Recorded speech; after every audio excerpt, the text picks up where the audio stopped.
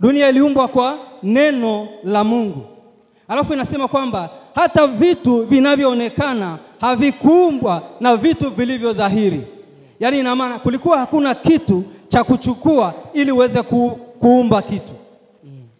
Mungu alitamka. Alitamka neno, kitu kikawa. Alitamka, anga likawepo. Alitamka, wanyama na vyote vikawepo. Isipokuwa mwanadamu ndio Mungu mwenyewe alimfanya kwa mikono yake. Jipigie makofi. Amina. Kwa hiyo vitu ambavyo haviko dhahiri, vitu ambavyo havionekani, ukitamka lazima vinakuwepo.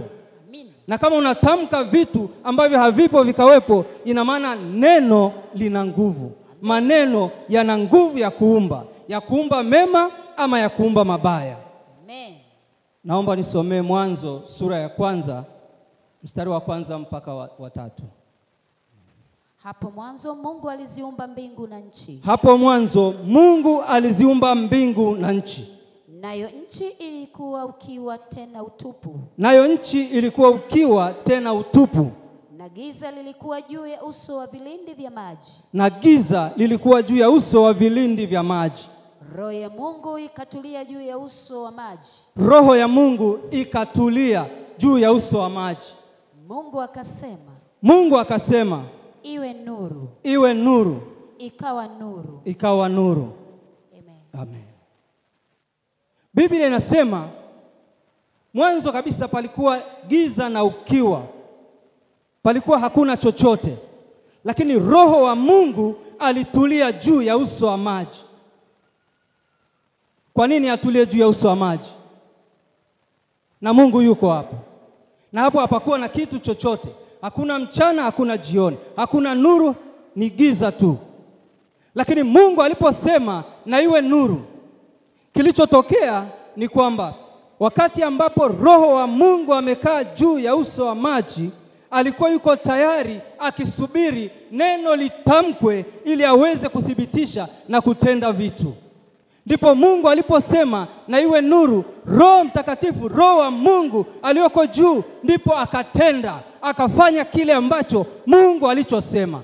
Amen.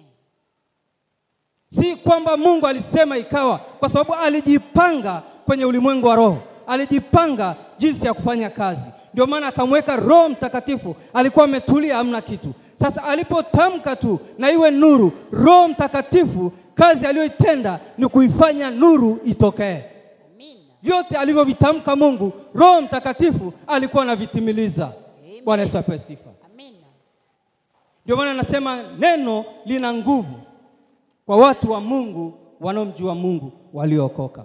Amen. Bwana Yesu apewe sifa. Amina. Sasa ndio maana katika sisi tulivyo katika nyakati zetu, lazima tuwe makini na maneno tunayotamka juu ya maisha yetu, juu ya watoto wetu, juu ya chochote tulicho nacho. Maana katika ulimwengu wa roho kuna roho njema ipo tayari, imetulia ikikusubiria. Na hapo hapo kuna roho mbaya, roho chafu ya shetani imekaa katika upande wa pili, imekaa tayari inakusubiria. Bwana Yesu apewe sifa. Amina. Kwa sababu gani? Wanasubiri neno litoke kwenye kinywa chako liweze kutimizwa. Ndio. Ukitamka jambo jema, Roho wa Mungu yuko tayari kutimiza yale mambo mema katika maisha yako, watoto wako, kazi yako na jambo lolote utakalolifanya. Amina. Unapotamka neno baya juu ya watoto wako au kazi yako au chochote, upande wa pili roho mchafu wa shetani yuko tayari kutimiza mambo mabaya unayotamka kwenda kwa watoto wako, kazi yako au jambo lolote ulilonalo. Ndio maana wakati mzazi anapoachilia laana kwa mtoto, si kwamba laana inakwenda kama laana. Ile laana, ile neno linabadilika kuwa roho. Linapokuwa roho, yule roho mchafu analichukua kama roho mchafu, anataka kuitimiza kabisa. Lakini pale unapotamka neno jema la baraka juu ya mtu, juu ya watoto wako, juu ya kazi yako, juu ya maisha yako, Roho Mtakatifu, Roho mwema anakaa pale tayari kuchukua lile neno kwenda kulitimiliza katika yale mema uliyoyatamka. Amina. Bwana Yesu apewe sifa. Amen. Pigie Yesu makofi. Ndio maana tunahitajiwa tuwe makini na maneno tunayotamka ama kujitamkia. Amen. Kwa sababu kuna roho. Naomba nisomee Yohana 6 mstari wa 63. Roho ndiyo itiayo uzima. Roho ndiyo itiayo uzima. Mwili haufai kitu. Mwili haufai kitu.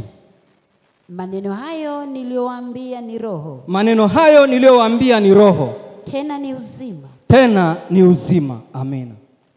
Yesu anawaambia wale waliokuwa anawafundisha pamoja na wanafunzi wake. Akawaambia maneno haya niliyowaambia ni roho. Tena ni uzima. Yaani ina maana ni roho wa uzima. Ni maneno mazuri, ni maneno ya baraka, ni maneno ya kumsaidia mtu. Maneno ni roho, tena ni uzima. Ndio nimesema maneno tunayotamka yanakuwa roho. Yakisha kuwa roho ndipo yanapotenda kazi. Hayatendi kazi kama maneno tu. Yanatenda kazi pale yanapobadilika na kuwa roho. Ndipo yanapopata nguvu na kutenda kazi. Kabisa. Kwa hiyo kuna maneno ambayo yanakuwa na uhalali. Ndio. Juu ya mtu. Uhalali kabisa. Kabisa. Kwamba umetamkiwa, umejitamkia. Yanakuwa na uhalali wa kukufunga. Na kuna maneno ambayo hayana uhalali japo yametoka tu. Sasa leo tunakwenda kushughulikia maneno ambayo yenye uhalali na yasiyo na uhalali. Kwa damu ya Yesu lazima yafutike. Lazima yafutike. Yes. Tutakwenda kuyafuta maneno yenye uhalali, yenye uhalali. Mungu ataachilia rehema na neema ya Mungu itaachiliwa. Ndipo tutakapofuta maneno yote. Amina. Kwa haya na mengine mengi, usisahau kusubscribe, kulike na kushare kwenye mitandao yetu ya kijamii, na Mungu akubariki.